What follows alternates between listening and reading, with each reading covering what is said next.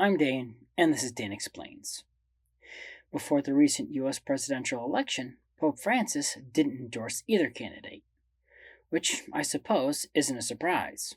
However, the reason the Pope gave should be a surprise. Or maybe not.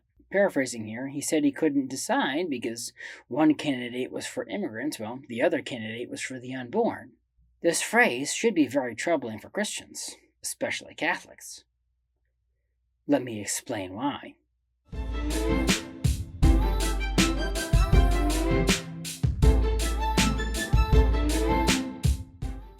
The Pope's statement smacks of a theological idea called the seamless garment approach. The seamless garment, which is a term initially coined in 1984 in a lecture given by then Archbishop of Chicago, Cardinal Bernardine, although the theology behind the phrase had definitely been growing in the Catholic Church before the term was coined. During the crucifixion of Jesus, the Gospel of John points out that the Roman soldiers casted lots for his robe because it was seamless.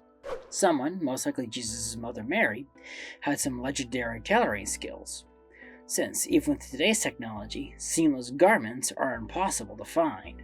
Cardinal Bernardine used the idea of Jesus' seamless garment as a theological analogy for how moral issues should be treated, especially considering the issue of the right to life.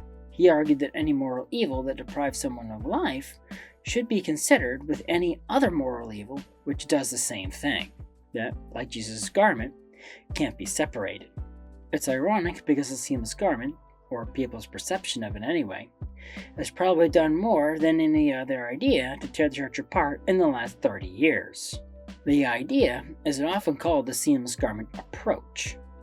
It uses ambiguities in Cardinal Bernardine's lecture to excuse people from having to take certain moral issues into account, so they can pursue anything they feel like is having the biggest impact. I have to admit, before reading it, I thought Cardinal Bernardine's seamless garment and the seamless garment approach that came out of it were the same thing. I was wrong.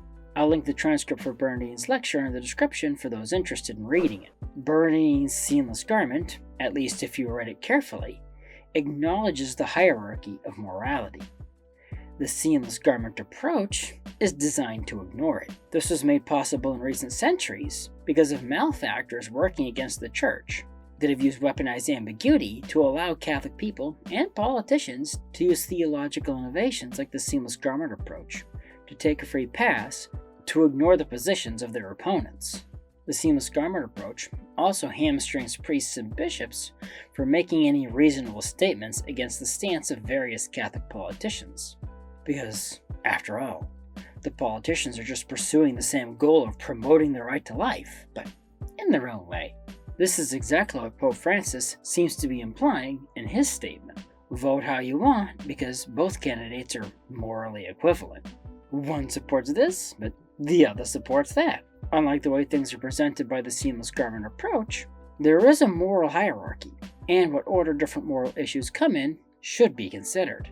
Many people believe they are doing that when they're voting, and the church does teach you should vote according to your own moral conscience. But people are supposed to have a well-informed and well-formed conscience. While a well-informed conscience does fall primarily on the part of the individual, a well-formed conscience falls primarily on factors of upbringing, like how church teaching is presented by the representatives of the church, like the fallacy of the Spirit of Vatican II, which is a topic for another discussion.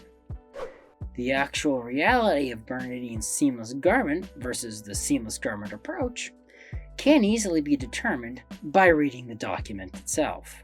And it's not even that long. You would think the Pope would have bothered to read it before promoting ideas that actually have no real basis in reality. Although I'm not defending Cardinal Bernardine either. Like I said earlier, weaponized ambiguity, which is a weapon that is most skillfully wielded by the author and not the reader.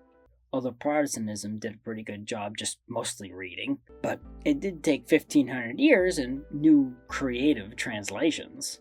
Anyway, normally weaponized ambiguity can be picked out when the document is short on reasoning and long on weasel words that bury the reasoning in ifs, ands, ors, and lots of buts.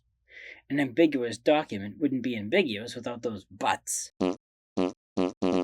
So in the vein of being clear, I present to you this diagram on life issues. If your favorite candidate supports an issue on the bottom over an issue on the top, you should probably rearrange your priorities.